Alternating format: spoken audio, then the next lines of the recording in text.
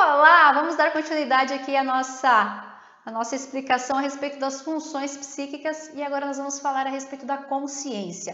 Você sabe qual a definição de consciência? Será que existe apenas uma? Existe mais de uma? Será que todo mundo tem consciência daquilo que faz? Será que tem como avaliar essa consciência? Pois bem, vamos entender um pouco a respeito disso a partir de agora, tá?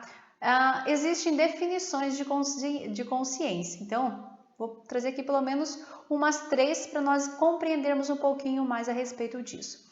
A definição neuropsicológica, ela vai definir a consciência a partir de nível de consciência, ou seja, do grau de clareza do sensório.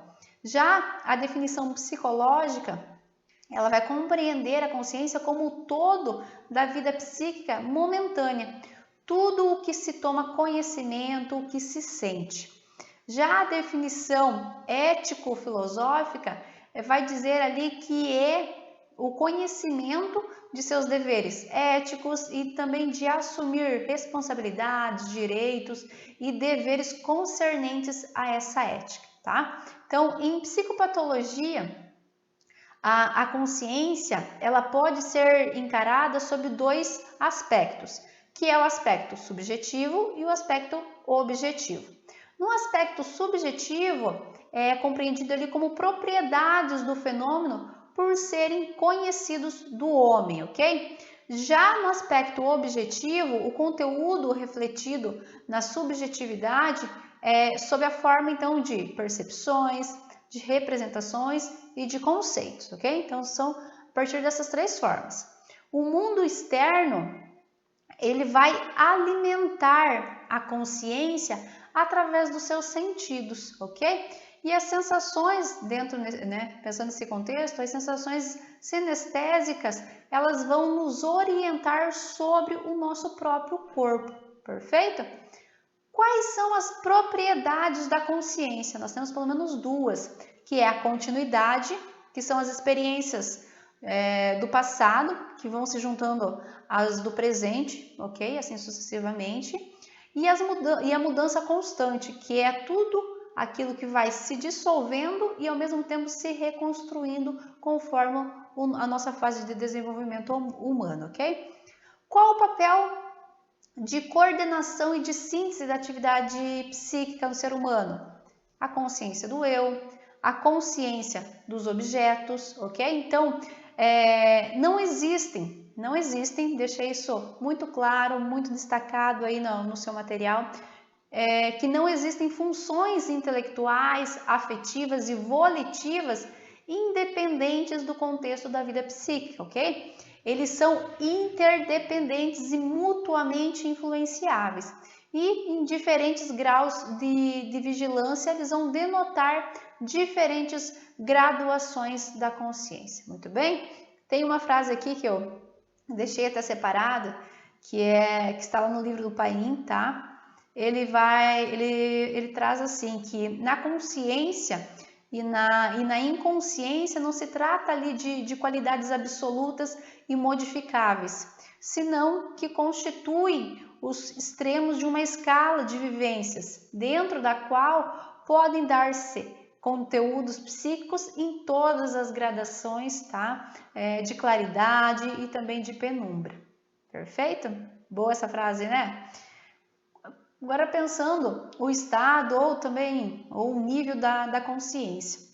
Então, o exame psíquico, ele é um exame, né, que vai verificar ali o estado psíquico total vivenciado no momento pelo indivíduo, ok? As funções psíquicas, elas são interdependentes, por exemplo, avaliando o nível de consciência que vai para a atenção, ok? Da atenção pode variar para 3 diferentes locais. Voltar-se para o objeto, tá? Vir para a claridade ou então seguir para a nitidez. Tanto voltar-se para o objeto, quanto a claridade, quanto a nitidez vão se voltar para o mesmo local, né? Para a mesma situação que é a senso-percepção, que é o pensamento, que é a orientação desse sujeito, desse indivíduo, ok? Então, dando um pouquinho mais aprofundando um pouco mais a respeito da avaliação da consciência. Nós temos como avaliar a lucidez. A lucidez ela é entendida como o curso psíquico que se apresenta ordenado, vinculado a imagens-alvo ou também com a intencionalidade, tá? E ela deve manter a orientação, a capacidade de responder a perguntas e a capacidade de prestar atenção. Como testar? Podemos testar a partir do papel branco, de um fio, do globo ocular, ok? Então, são formas de verificarmos isso. A redução do nível de consciência. Então, diversas causas, diversas apresentações podem sim ser flutuante ou até mesmo dita acompanhada de rebaixamento do funcionamento ali do nosso córtex cerebral. Então, pode ser por esgotamento, intoxicação, infecções, por dificuldade na separação entre os níveis. Que níveis são esses? Então, a redução dos processos psíquicos, o aparecimento de novas vivências, por exemplo, ali falsas percepções, afetos e vivências fantásticas, sem relação contígua, também ideias delirantes opostas, podem também se alternar e também a incapacidade de se recordar destas experiências, ok? Quais são as alterações quantitativas da consciência? Obnubilação, o supor, o coma, o delírio, ok? Obnubilação ou turvação, nome difícil, não é mesmo? Pois bem, mas cai bastante nas provas, então fique ligado e anota ali no seu material, destacando, fazendo toda a explicação certinho sobre ele, ok? Nesse estado, o paciente ele pode parecer desperto, ok? Pode apresentar uma lentificação da compreensão, uma dificuldade de concentração, dificuldade também em integrar as informações do ambiente, bem como apresentar uma redução dos processos psíquicos sem que haja um aparecimento de novas vivências, tá? Além disso, o sopor. No sopor, né, o paciente só é despertado por estímulos enérgicos, ok? Então, ele não consegue acordar assim, livre, espontânea vontade, fazendo cócegas, por exemplo, ok? E vai haver também no sopor uma maior inibição motora deste paciente, dessa pessoa. No coma, também chamado, né, que vem do grego, sono profundo, o coma ele é entendido, é compreendido como o grau mais profundo de rebaixamento da consciência, assim como nele não há atividade voluntária consciente da pessoa e há ali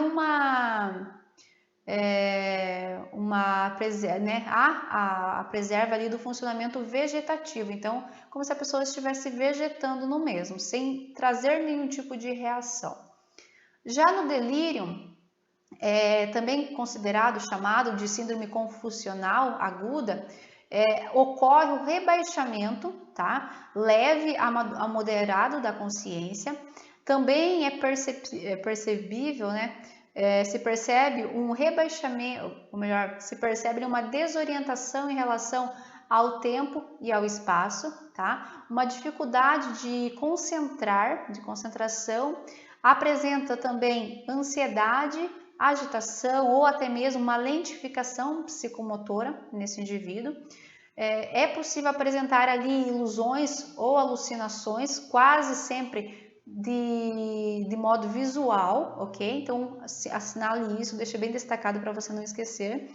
Ilusões ou alucinações ocorrem, no entanto, quase sempre são visuais.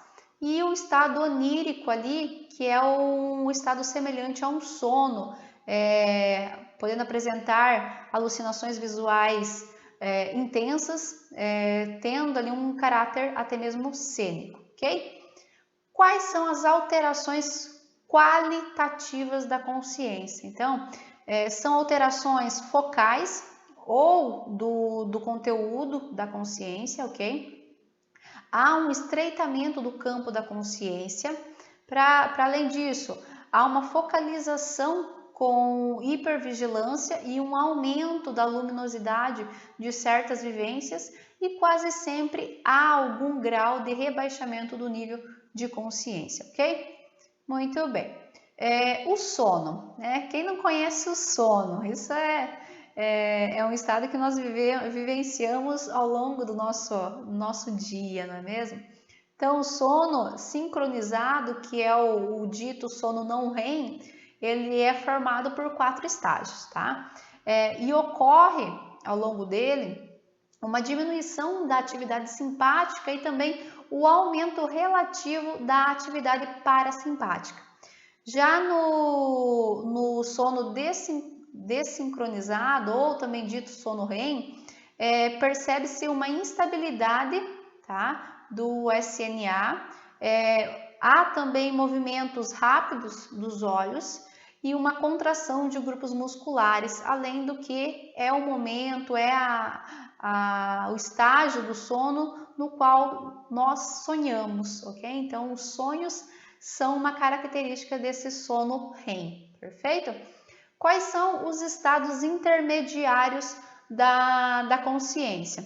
Pois bem, o adormecer e despertar, então, que é considerado ali pela diminuição gradual do nível de consciência, uma propensão a falsas percepções, mesmo em indivíduos normais, ou seja, pode apresentar ali alucinações hipnopômpicas, que difícil, não é mesmo? Pois é, vem para psicologia.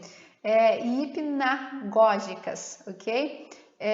Aqui os sonhos, ok? Que são aquelas vivências que nós temos diariamente, vivências predominantemente visuais, e pode ocorrer sensações olfativas, gustativas, táteis, sensações de orgasmo, ok? Qual a caracterização, né, dos estados crepusculares da consciência? Então, ocorre aqui um estreitamento transitório do campo da consciência com conservação de uma atividade psicomotora global coordenada, permitindo então a realização dos atos automáticos. Também a memória ela é fragmentada, surgindo a remissão, abruptos e duração variável também, ok?